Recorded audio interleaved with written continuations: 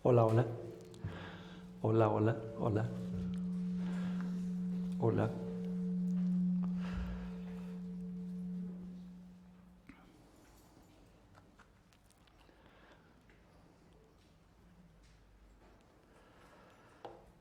Hola, hola, hola. Hola. Probando, ¿sí? Bueno, una vez más para mí un privilegio, un domingo continuo, o sea, compartir la palabra con ustedes. Eh, Hoy, la verdad es que vamos a ver un texto así un poquito largo, pero no se preocupen. ¿Ah? Vamos a tratar de ir bastante rápido. Ahora, si alguien se duerme, ya saben cuál es el problema. ¿Ah? Pero vamos a realmente le vamos a pedir su gracia al Señor para que nos ayude. Ya es todo este texto está dividido en porciones muy claras. Entonces, realmente nos va a llevar a,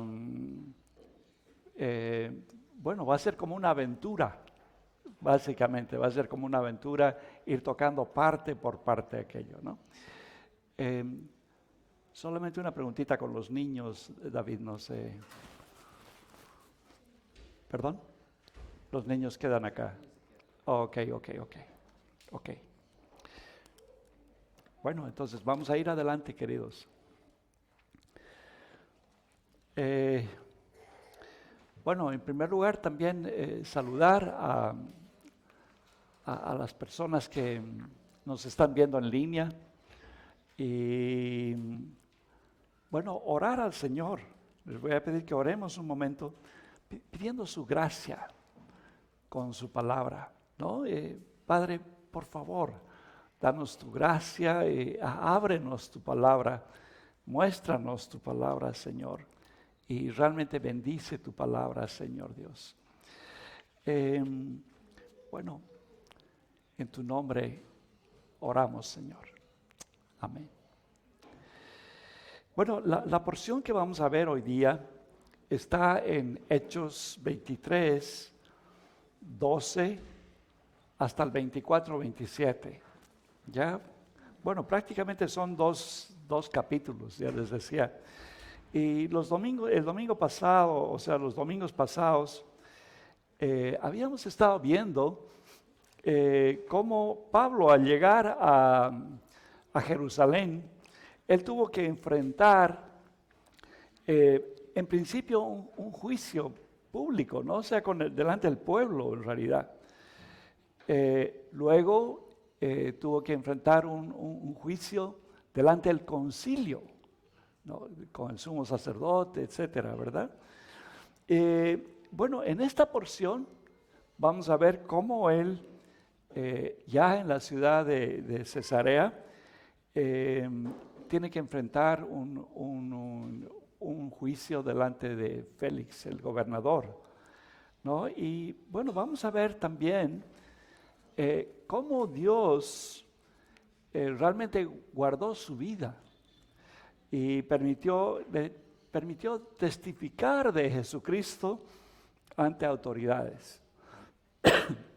Bueno, el título que se ha puesto a esta porción es Dios está por encima de todo, se glorifica en sus hijos y llama a los hombres al arrepentimiento. Bueno, la proposición es muy similar y la vamos a mencionar de esta manera. O sea, Dios está por encima de toda conspiración humana. Ya esa es como una primera idea así. Luego se glorifica en sus hijos y llama a todos los hombres al arrepentimiento.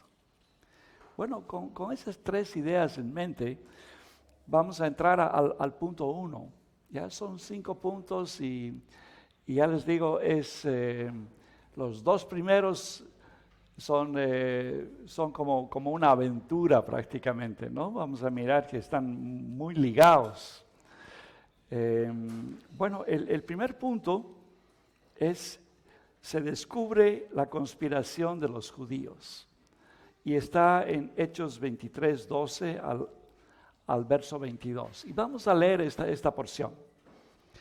Dice que cuando se hizo de día, los judíos tramaron una conspiración y se comprometieron bajo juramento, diciendo que no comerían ni beberían hasta que hubieran matado a Pablo. Verso 13. Y los que tramaron esta conjura eran más de 40.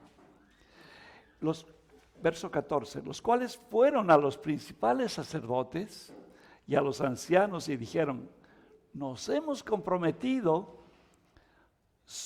bajo solemne juramento no probar nada hasta que hayamos matado a Pablo. Ahora pues, vosotros y el concilio, avisad al comandante para que lo haga comparecer ante vosotros, como si quisierais hacer una investigación más minuciosa para resolver este caso. Nosotros, por nuestra parte, estaremos listos para matarlo antes de que llegue. Verso 16. Pero el hijo de la hermana de Pablo se enteró de la emboscada y fue y entró al cuartel y dio aviso a Pablo. Y Pablo, llamando a uno de los centuriones, dijo: lleva a este joven al comandante, porque tiene algo que informarle. Él entonces, tomando consigo, lo condujo al comandante y le dijo: Pablo, el preso me llamó y me pidió que te trajera a este joven, pues tiene algo que decirte. Verso 19, y el comandante, tomándolo de la mano y llevándolo aparte, le preguntó: ¿qué es lo que me tienes que informar? Y él respondió: los judíos se han puesto de acuerdo en pedirte que mañana lleves a Pablo al concilio, con el pretexto de hacer una indagación más a fondo sobre él. Pero no les prestes atención, porque más de 40 hombres de ellos, que se han comprometido bajo juramento no comer ni beber hasta que lo hayan matado, esperan emboscados. Ya están listos esperando la promesa de parte tuya. Entonces el comandante dejó ir al muchacho, encomendándole: no digas a nadie que me has informado de estas cosas. Bueno, yo quisiera decirles que realmente en estos versos vamos a poder ver cómo Dios es soberano y nada ocurre fuera de su voluntad, ¿no? Fíjense, estos hombres hacen todo un comando, ¿no? Prácticamente unos terroristas, ¿verdad? Modernos. Estos hombres planean todo en secreto, pero de alguna forma, ya este jovencito, sobrino de Pablo, se entera y lo reporta a Pablo.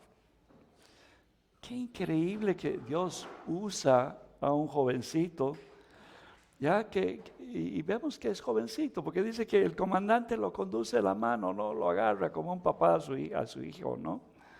Y le reporta el plan de este plan perverso del grupo de judíos que se habían propuesto bajo juramento a no comer ni beber hasta matar a Pablo con la ayuda de los principales sacerdotes y de los ancianos y el concilio. Miren esa trama, ya. No solo era ese grupo, sino que ya estaban en concomitancia con parte del concilio, ¿verdad? Sobre todo los saduceos, como habíamos visto antes. Bueno, con esto en mente, o sea, ahí vemos cómo Dios soberanamente descubre, ¿no? Este asunto. Ahora vamos al punto 2. Y en el punto 2 vamos a ver cómo se frustra el plan y Pablo es llevado a Cesarea. Vamos a ver Hechos 23, del verso 23 al 35. Dice Y llamando a 2 de los centuriones, dijo, preparad 200 soldados para la hora tercera de la noche, 9 de la noche. ¿Ya? Recuerdan, o sea, su día comenzaba a las 6 de la tarde, ¿no? Entonces, como a las 9 de la noche. Dice, con 70 jinetes y 200 lanceros, para que vayan a Cesarea. Debían preparar también cabalgaduras para Pablo y llevarlo a salvo al gobernador Félix. Y el comandante escribió una carta. Y fíjense la carta y vean algunos detalles acá, ¿no? Y dice Claudio Lisias.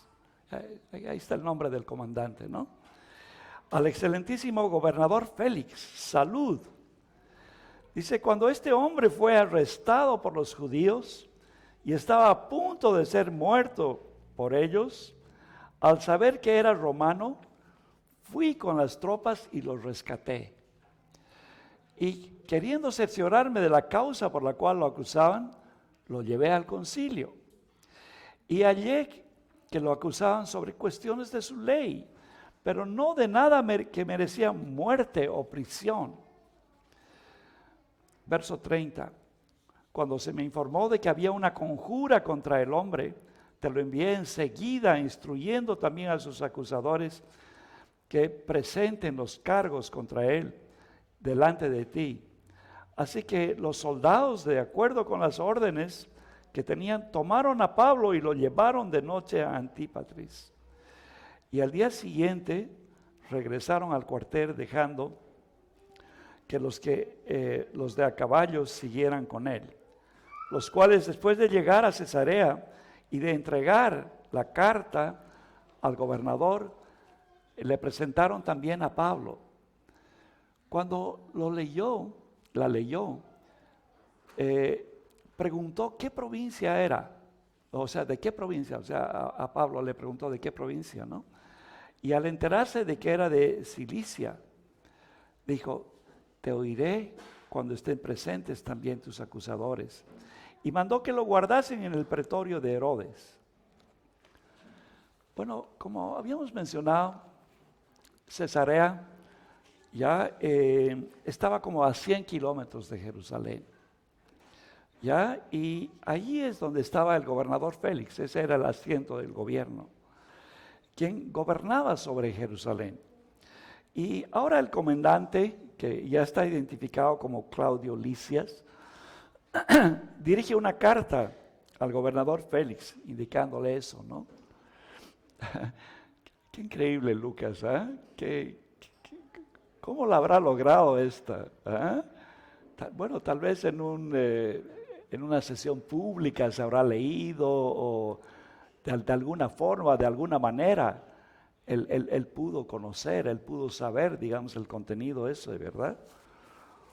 Pero ya Lisias comienza a reportar las cosas un poquito también a su favor, ¿no?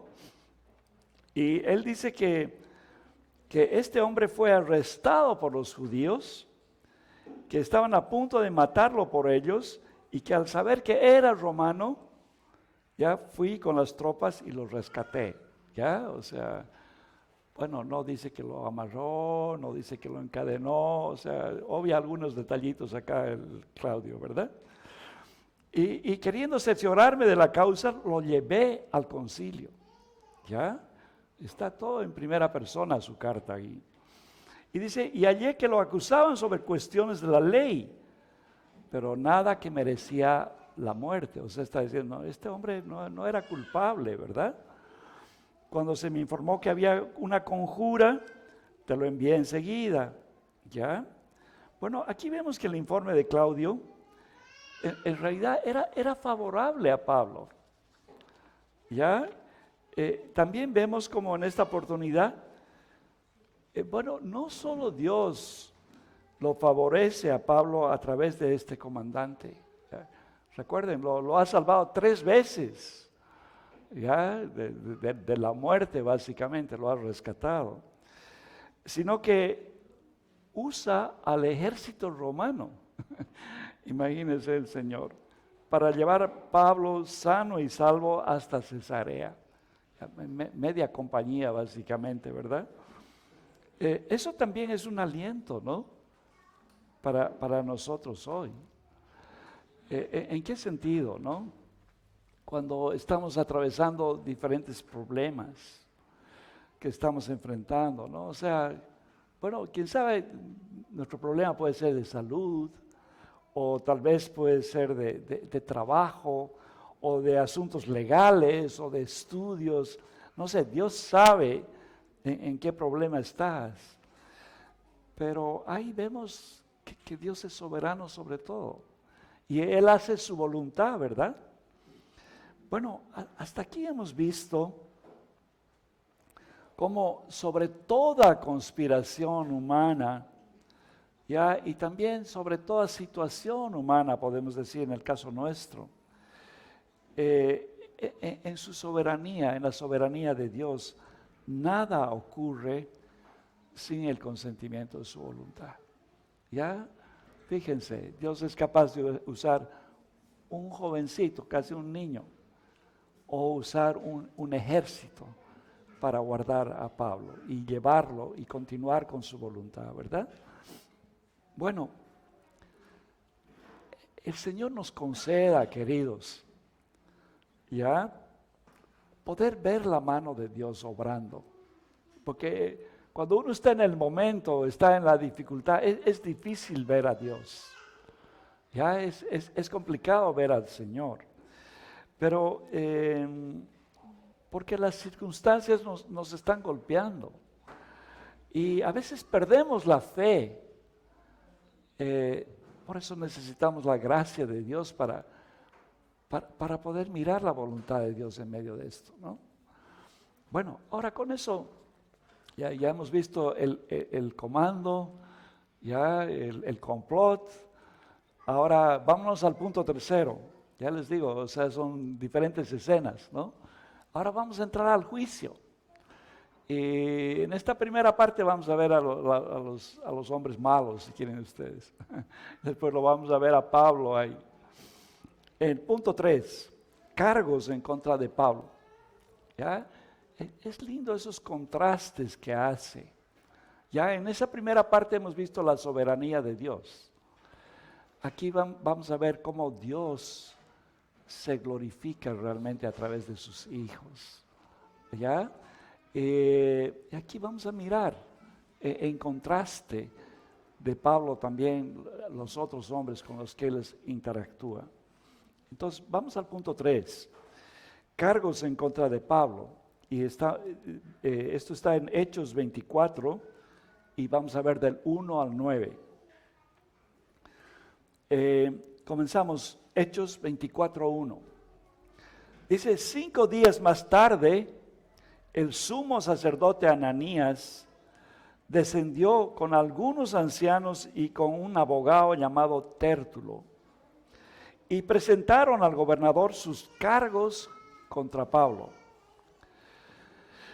Después que trajeron a Pablo, Tértulo comenzó a acusarlo, diciendo al gobernador: ya que por ti hemos obtenido mucha paz y que por la providencia tuya se están llevando a cabo reformas en favor de la nación, nosotros por todos los medios y en todas, de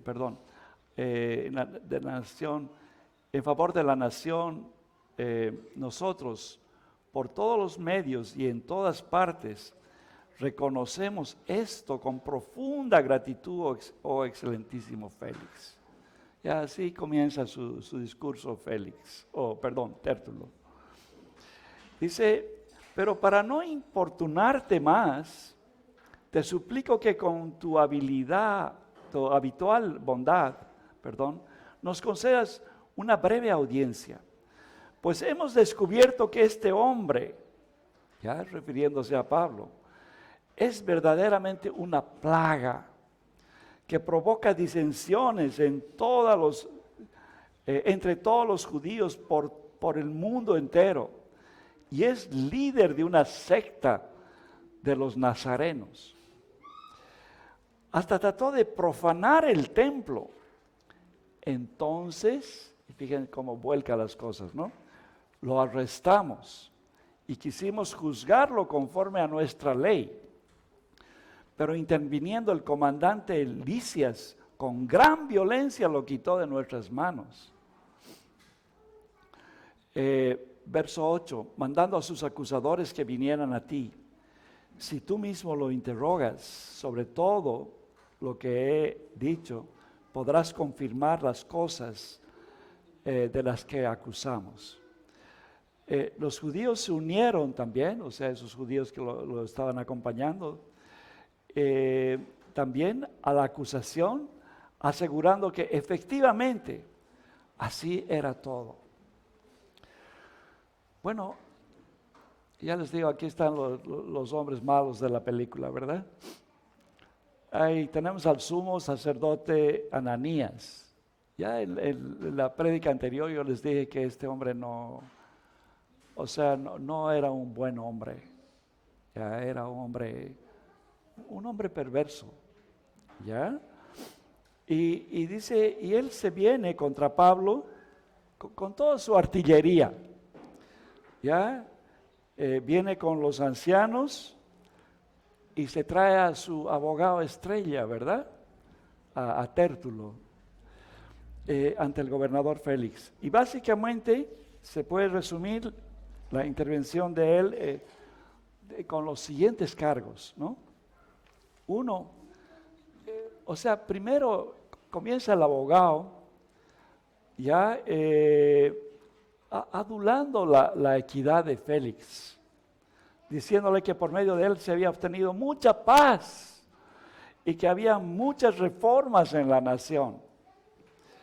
Y todo eso no era verdad. ¿Ya?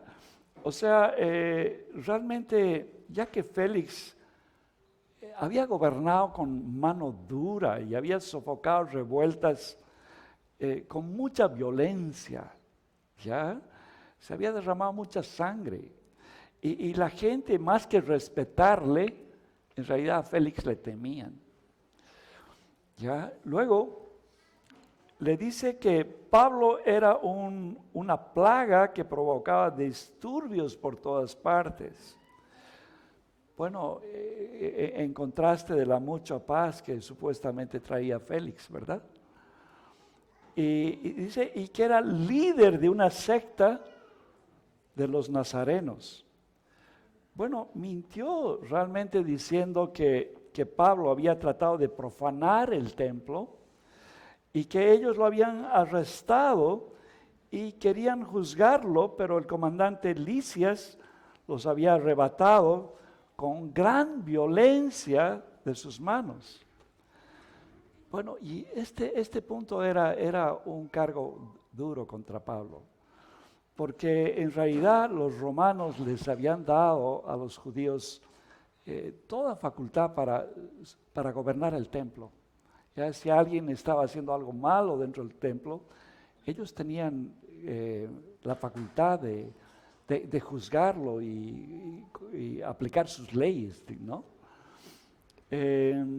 Bueno, por último, los judíos que lo acompañaban ahí confirmaban como testigos, o sea, testigos falsos, ¿no es cierto? Sí, eso ha ocurrido en verdad, ¿no? Todo lo que ha dicho el abogado, ¿no?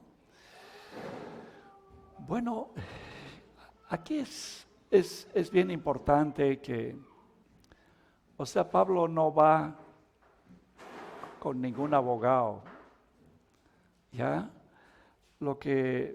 Pablo estaba con el Señor. Y Pablo tenía una conciencia limpia, como realmente lo había presentado muchas veces. Y en ningún momento él había estado en contra de la ley. Es decir, contra los escritos de Moisés o contra los escritos de los profetas. O sea, no había contravenido las cosas de la ley. ¿Ya? O sea, él había ido rectamente, había vivido rectamente. Y también había obedecido las leyes de la nación, como podemos ver que lo enseña en la epístola de los Romanos, ¿no? Creo que esta mañana David nos estaba mencionando en el capítulo 13, o sea, que nos habla de sujetarnos a las autoridades, de obedecer a las autoridades. O sea, él sabía lo que implicaba eso, ¿verdad? Y todo esto le daba un valor moral realmente para enfrentar a estas personas y de alguna forma glorificar con su vida, ¿ya? Y con su conducta al Señor. Como lo vamos a ver en el siguiente punto. Ya ahora, ok, ya hemos visto a los malos, ahora vamos a ver a Pablo en su defensa. Vamos a verlo a Pablo en su defensa. 2 minutitos nada más. Punto 4.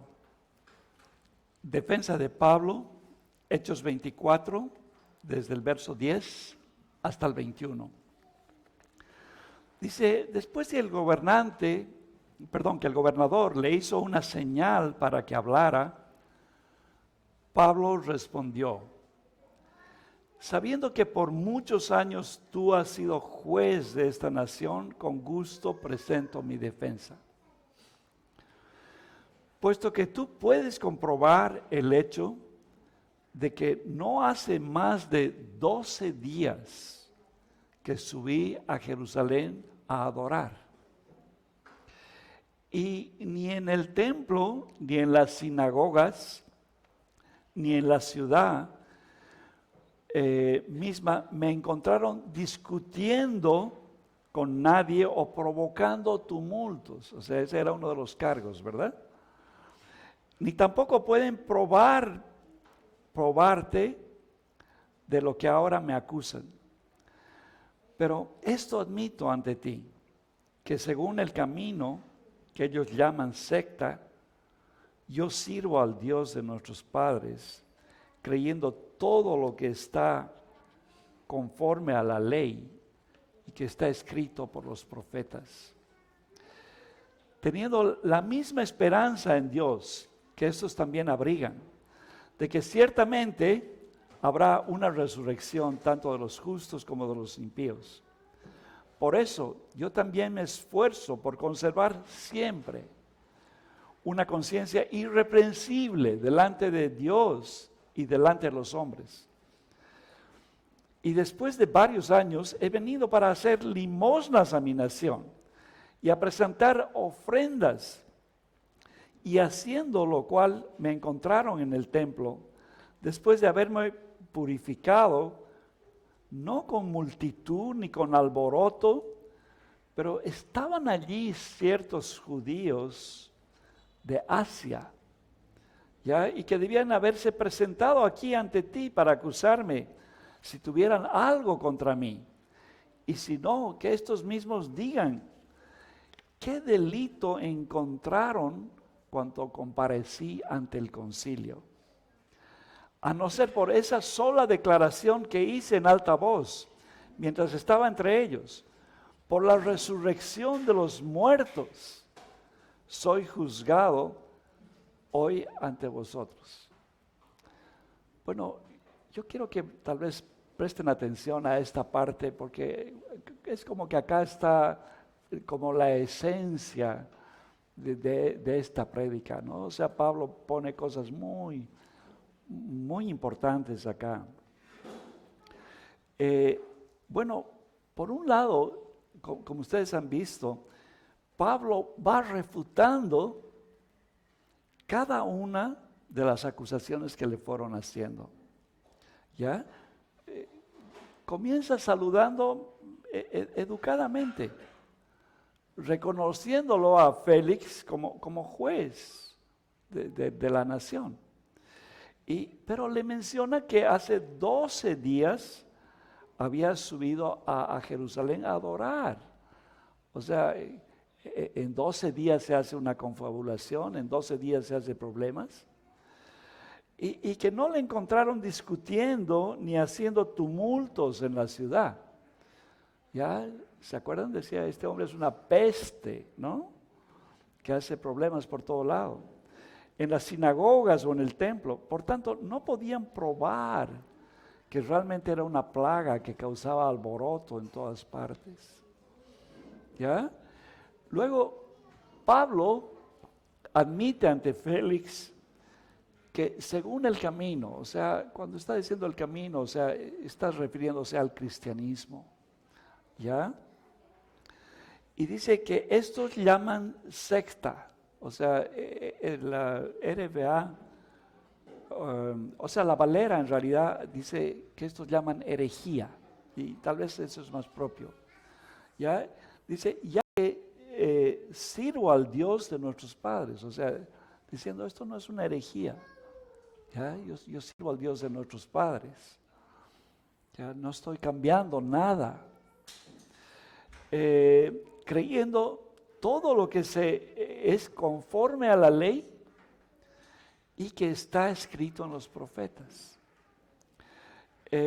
También dice, y que tiene la misma esperanza en Dios que abrigaban a algunos de ellos, ¿no? O sea, bueno, básicamente los fariseos abrigaban esa esperanza, los saduceos no.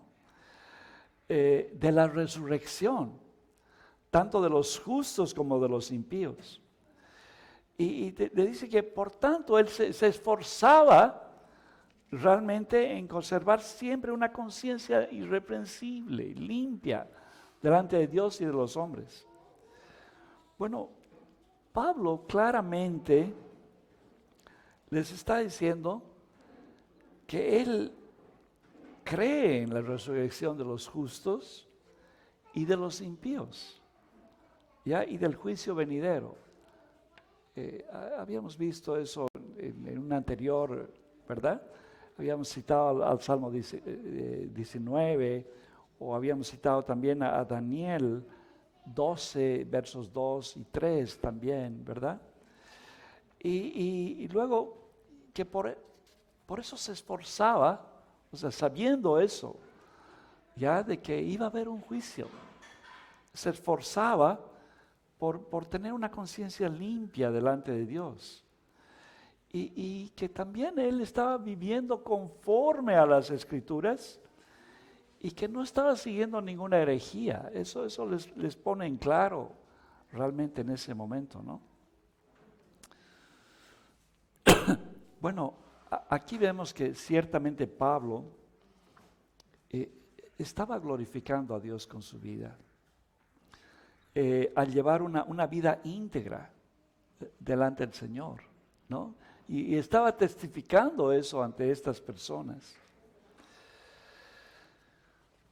Bueno, hoy día a nosotros también nos toca proclamar como Pablo, ¿verdad? Que Jesús ha de venir por segunda vez. O sea, Él vino y Él dijo, voy a volver, ¿no? Los ángeles dijeron, así como le has visto su vida, así va a venir, ¿verdad? Entonces, bueno, y va a venir, pero en su segunda venida va a venir para juzgar realmente a las naciones, ¿ya? Y si vemos que el Señor está tardando todavía, es porque está extendiendo su misericordia, ¿ya? Porque todavía hay personas que tienen que venir a su reino. Él está en espera de eso, ¿verdad?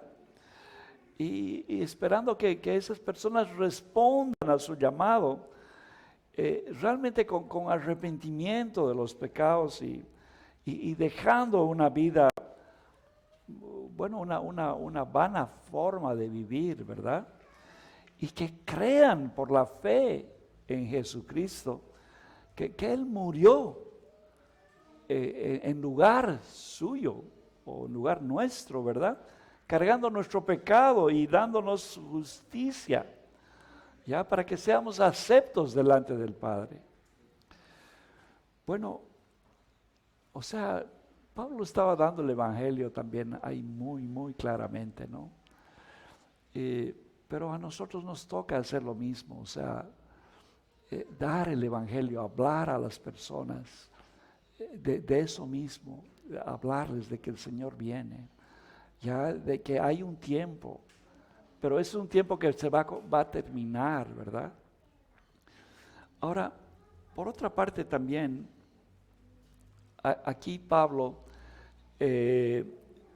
niega que hubiera profanado el templo. Le dijeron que habían metido griegos al templo, ¿verdad?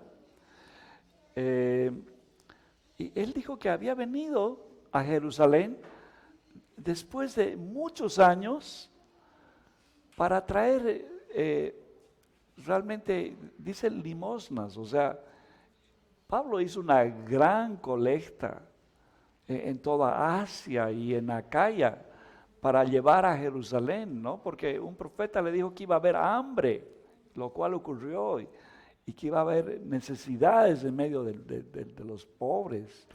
Y él trajo una ofrenda para los pobres en esa oportunidad. Y también, ¿no? Jacobo le aconsejó, le dice, para que vean que no estás en otra, bueno, entra al templo y haz esto, ¿verdad? Y él estaba en el templo, ya haciendo aquello, cuando realmente vinieron, ya, o sea, bueno, perdón, él estaba en el templo no haciendo alboroto, ni estaba con un montón de gente, había entrado con otros hombres nada más, que eran judíos, ya, pero dice que ahí le vieron esos judíos de Asia. Recuerden, en oportunidades anteriores hemos visto, ya en Tesalónica lo hacen correr, en Berea también lo persiguen, en Corinto cuando se estaba para embarcar, se da cuenta de que había un complot para matarlo y él vuelve para atrás y se va siguiendo otra ruta. Fíjense qué tenaces, esta gente estaba detrás de él, ¿no? Y bueno, y Pablo dice, y esos deberían haberse presentado aquí delante de Félix para acusarlo, si es que tuvieran algo contra él, ¿verdad? Y eso era un punto a favor para Pablo. O sea, si habían testigos en su contra, deberían estar ahí. Y si no iban, eso era punto en contra. Ya era una falta gravísima que lo acusaran de algo y que los testigos esos no estuvieran ahí, ¿no? Y eso lo reporta ahí Pablo. ¿Ya? Bueno, por último Pablo les dice, y tampoco el concilio ha hallado ningún delito. ¿Se acuerdan cuando van al concilio? ¿No? Y bueno, en realidad dice, cuando comparece, que no habían hallado nada con él, ¿no? Y él sí, ¿cómo se llama? Reconoce que hizo una declaración que dijo, por la resurrección de los muertos soy juzgado hoy entre vosotros. Y ahí se arma el lío. O sea, porque los fariseos creían eso, los saduceos no creían eso, y ahí es donde, pero ese concilio prácticamente lo absuelve, porque los fariseos decían, no vemos ninguna, ¿cómo se llama?, razón o sea, ninguna falta. Si se le ha aparecido un ángel o si le ha hablado, bueno, realmente un espíritu, porque ellos creían en eso, ¿no? Entonces los fariseos lo justifican de alguna forma en ese concilio, ¿ya? Y después se hace tan grande el alboroto que otra vez Lisias tiene que hacer su comando y llevárselo al cuartel a Pablo, ¿verdad? Bueno, entonces aquí está reconociendo Pablo, les está diciendo, tampoco el concilio me ha encontrado nada, ¿ya? Una vez más Pablo, al decir esa frase, ya estaba testificando de la resurrección de los muertos. Y Y quiero que entendamos eso, ¿no? Eso no es una doctrina secundaria. Ya es fundamental para el cristianismo. Recuerden Pablo, y pueden leer todo el capítulo 15 de Primera Corintios, que habla de la muerte y de la resurrección de Cristo. Y cómo se apareció a diferentes personas. Y cómo lo vieron hasta 500 personas, dice, ¿verdad? Resucitado, ¿no? Y en ese mismo capítulo, en el verso 14, Pablo decía, si no creemos que Cristo resucitó, vana es nuestra predicación, vana es nuestra fe. Entonces, para nosotros eso es muy, muy importante, ¿no? Defender ante el mundo que Cristo murió, pero resucitó. La muerte no lo pudo retener, porque Dios levantó al justo, ¿no? El justo no podía tener corrupción, ¿no? Entonces realmente el Señor lo levantó, ¿verdad? Entonces Pablo otra vez testificando ahí, ¿no? Y nosotros tenemos que hablar también a las personas lo propio.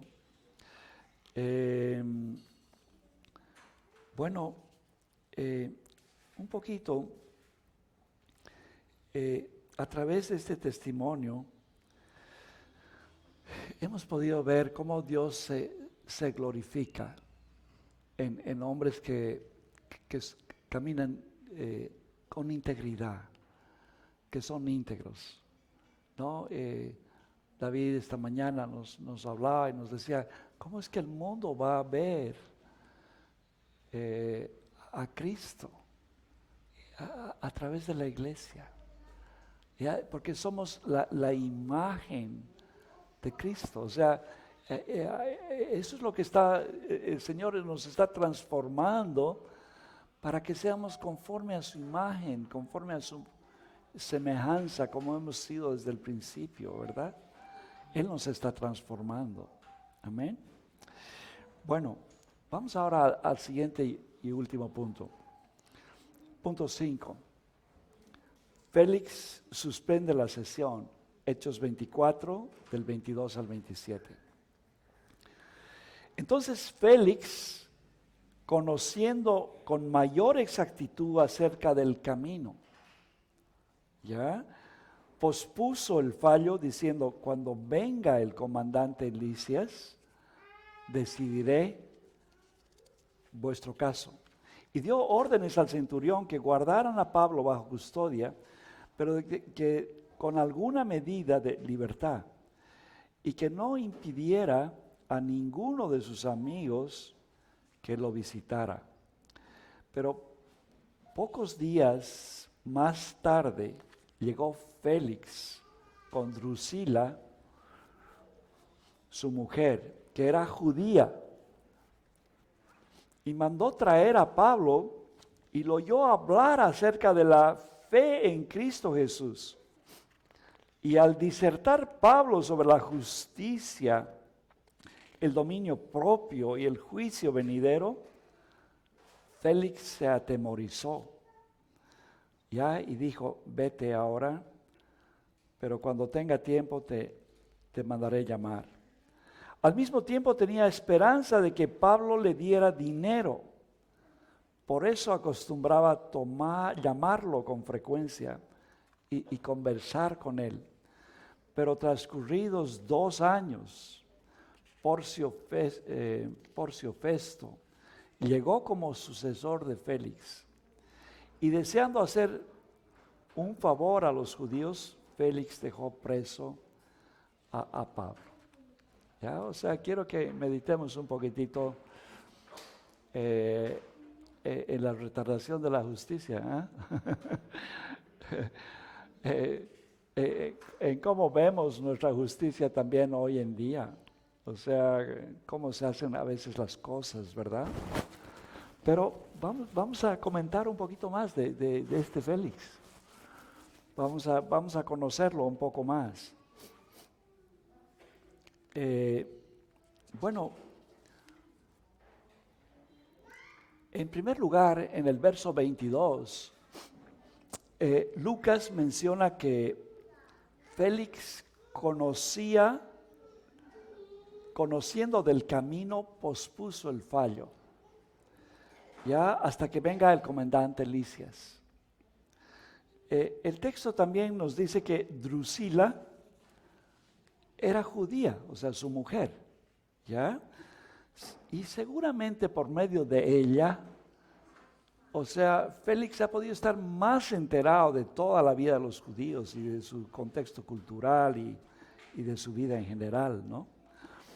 Y también el texto nos dice que Félix y Drusila oyeron hablar a Pablo acerca de la fe en Cristo y que al disertar Pablo sobre la justicia, fíjense, Pablo le habló a este Félix sobre la justicia, sobre el dominio propio y sobre el juicio venidero. Ya se atemorizó y le dijo, ya, nos vemos, ¿no? O sea, vete por ahora, ¿no? Cuando tenga tiempo te voy a llamar, digamos, ¿no? Bueno, un poco los comentarios nos dicen, y también un poco el diccionario bíblico, hay alguna pequeña biografía ahí, que menciona que Félix era un hombre que había gobernado la provincia de una forma mezquina y cruel, ¿ya? Y que era un hombre ambicioso. Ahí se nos está diciendo que lo tenía retenido a Pablo ahí esperando algún soborno, ¿no? Que le diera plata para ponerlo en libertad, ¿no? Y tampoco no lo hacía porque estaba jugando a dos puntas, ¿no? Quería complacer a los judíos también, dejándolo allá en la cárcel.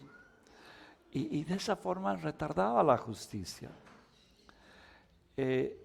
Drusila había sido la tercera mujer de Félix. Bueno, por eso es que Pablo le tocó esos temas. O sea, le testificó a Félix de la justicia, haz justicia, obra con justicia, ¿verdad? Y del dominio propio, este hombre moralmente tampoco era un trigo limpio, ¿verdad? No era un hombre recto. Y del juicio venidero, o sea, un día vas a tener que dar cuentas delante de Dios de cada uno de tus actos, ¿no? De eso le estaba hablando, ¿no? Bueno, infelizmente, estas personas no se arrepintieron, o sea, no nos dice la palabra que se hayan arrepentido y no escucharon esa advertencia de Pablo, ¿no? Y Pablo se quedó en la cárcel 2 años. Bueno, tenía como un arresto domiciliar, si quiere ustedes, de alguna forma ahí, ¿no? O sea, no era domiciliar, estaba en ese lugar. Pero dice que podían venir los cristianos a visitarlo. Y con seguridad que Lucas debe haber estado a su lado, que deben haber venido Felipe y sus 4 hijas, que deben haber estado los hermanos de Cesarea, ¿no? O sea, y que Pablo haya ido bendiciendo a esa iglesia en Cesarea desde la cárcel y también escribiendo seguramente cartas a los hermanos de otras iglesias, ya, pero ahí estaba Pablo encerrado, ¿no? Cuando el Señor Jesús le dijo, no temas, Pablo, así como has sido fiel en Jerusalén, vas a ir a Roma. Ok, Dios le había hablado, vas a ir a Roma. Pero ahí estaba en pausa, en Cesarea. Mi pregunta es, ¿estás en pausa tú también? ¿Con algún problema? A veces estamos en pausa, ¿verdad? Y no entendemos, pero Dios está sobre todo, queridos. Amén. Bueno, como conclusión, agarremos unas 3 ideas acá.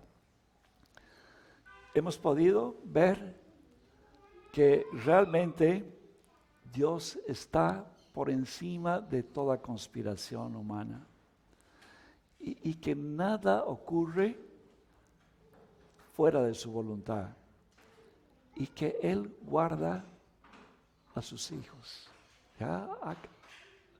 A los que son fieles, los guarda. Y también hemos visto cómo Dios es glorificado a través de hombres así, que sufren. Y vemos el sufrimiento de muchas personas, ya que han sufrido y hasta muerto, ¿verdad? Y ahí vemos la gloria de Dios, o sea, cómo Dios se ha glorificado a través de esas vidas, ¿ya? Entonces vemos cómo Dios se glorifica a través de vidas que caminan rectamente. El Señor nos conceda que seamos de esas vidas también. Y por último, estamos aquí en este mundo para proclamar que el Señor viene, ¿no? Cada vez que compartimos la cena del Señor, lo estamos haciendo. Estamos haciendo hasta que Él venga, dice, ¿verdad? Y estamos proclamando eso. Pero tenemos que decir y hablar a los hombres para que procedan al arrepentimiento y que consagren su vida al Señor, ¿no? Porque no sabemos a quién puede llamar Dios.